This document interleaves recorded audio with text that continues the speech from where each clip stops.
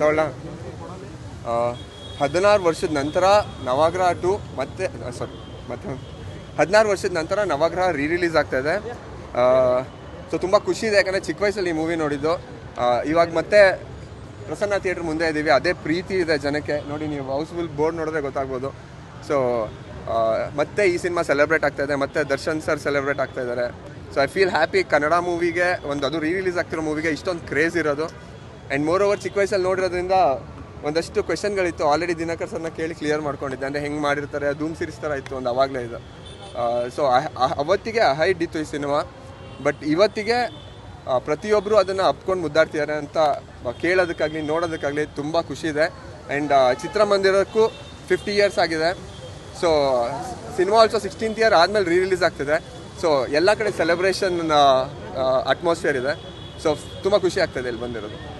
Dinakar sir ನೀವು direct ಮಾಡ್ತಿರೋದು ದರ್ಶನ ಫ್ಯಾಮಿಲಿ ನಿಮ್ಮ ಸಿನಿಮಾಗೆ ಸೊ ಅದೆಷ್ಟು ಖುಷಿ ಆಸ್ ಎ ಫ್ಯಾನ್ ಬಾಯ್ ಆಗಿ ನೀವು ದರ್ಶನ ನೋಡಿದ್ರೆ? ತುಂಬ ಖುಷಿ ಇದೆ, ಯಾಕಂದರೆ ನಾನು ಮೈಸೂರಿಂದಲೇ ಬಂದಿರೋದು.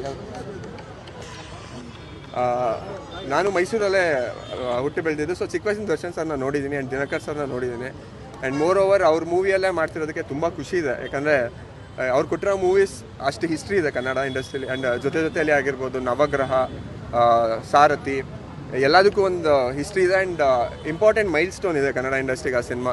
ಅಂಥ ಸಿನಿಮಾ ಕೊಟ್ಟಿರೋ ಡೈರೆಕ್ಟರ್ ನನಗೆ ಡೈರೆಕ್ಟ್ ಮಾಡ್ತಿರೋದು ತುಂಬ I feel honoured and lucky. And ಇದಕ್ಕೆಲ್ಲ ದಿನಕರ್ ಸರ್ ಆ್ಯಂಡ್ ಮತ್ತು ಜಯಣ್ಣ ಸರ್, ಬೋಗಣ್ಣ ಸರ್ ಕಾರಣ. ಸೊ ತುಂಬ ಖುಷಿ ಇದೆ ಸರ್ ಅವ್ರ ಜೊತೆ ಮಾಡ್ತಿರೋದು. ದರ್ಶನ್ ಸರ್ನ ಸುಮಾರು ಜನ ಯಂಗ್ಸ್ಟರ್ ಹೀರೋಸ್ ಆ್ಯಕ್ಷನ್ಗೆ ತುಂಬ ಇನ್ಸ್ಪೈರ್ ಆಗಿರ್ಬೋದು. ನಿಮಗೆ ಪರ್ಟಿಕ್ಯುಲರ್ ಆಗಿ ದರ್ಶನ್ ಅವರು ಯಾವ ರೀತಿ ಇನ್ಸ್ಪೈರ್ ಮಾಡ್ತಾರೆ ಸರ್? ದರ್ಶನ್ ಸರ್ ಮಾಡಿರೋದು ಆ್ಯಕ್ಷನ್ ಮೂವೀಸ್. ಅಂದರೆ ಅವ್ರು ಮಾಡಿರೋ ಆ್ಯಕ್ಷನ್, ಅವ್ರು ಹೇಳ್ತಾ ಇರ್ತಾರೆ ಎಷ್ಟೊಂದು ಅವ್ರು ಮಾಡಿರೋ ಮೂವೀಸ್ ಅಷ್ಟು ಆ್ಯಕ್ಷನ್ ಸೇರಿದ್ರೆ ನಂದಷ್ಟು ಏಜ್ ಆಗಲ್ಲ, ಅಷ್ಟು ಆ್ಯಕ್ಷನ್ ಮಾಡಿದ್ದಾರೆ. ಆ್ಯಂಡ್ ಅಷ್ಟು ಎಕ್ಸ್ಪೀರಿಯನ್ಸ್ ಇದೆ. ತುಂಬ ಫ್ಲೆಕ್ಸಿಬಲ್. ಎಷ್ಟೊಂದು ಮೂವಿಯಲ್ಲಿ ಕಾಲೆತ್ತಿ ಲೈಕ್ ಭುಜದ ಮೇಲೆಲ್ಲ ಇಡೋದು. And Darshan sir is known for the action ಆಗಿರ್ಬೋದು, ಮಾಸ್ ಆಗಿರ್ಬೋದು. 100% ಇನ್ಸ್ಪೈರ್ ಆಗ್ತೀವಿ ಸರ್.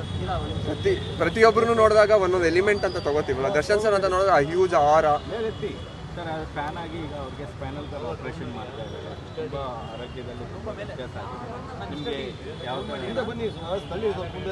ನೀವೇನಂತ ದಿ ಬಾಸ್ ಅಂದರೆ ಐ ಫೀಲ್ ಅವ್ರು ಬೇಗ ರಿಕವರ್ ಆಗಬೇಕಂತ.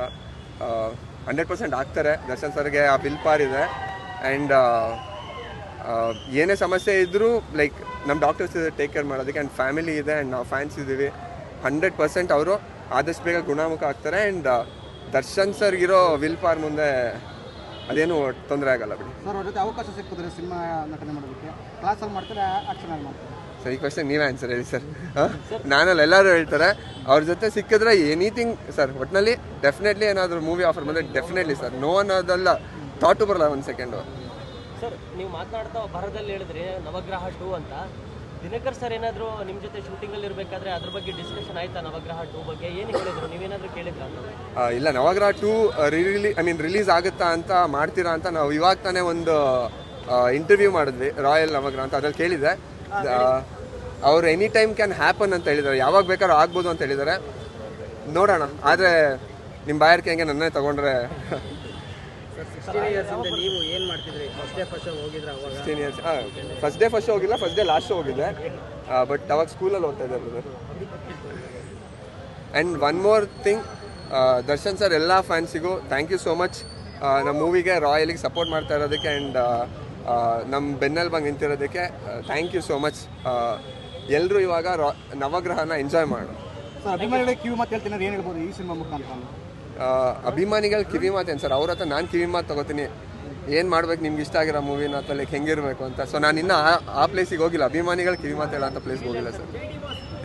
ಜೈ ಡಿ ಬಾಸ್. ಓಕೆ.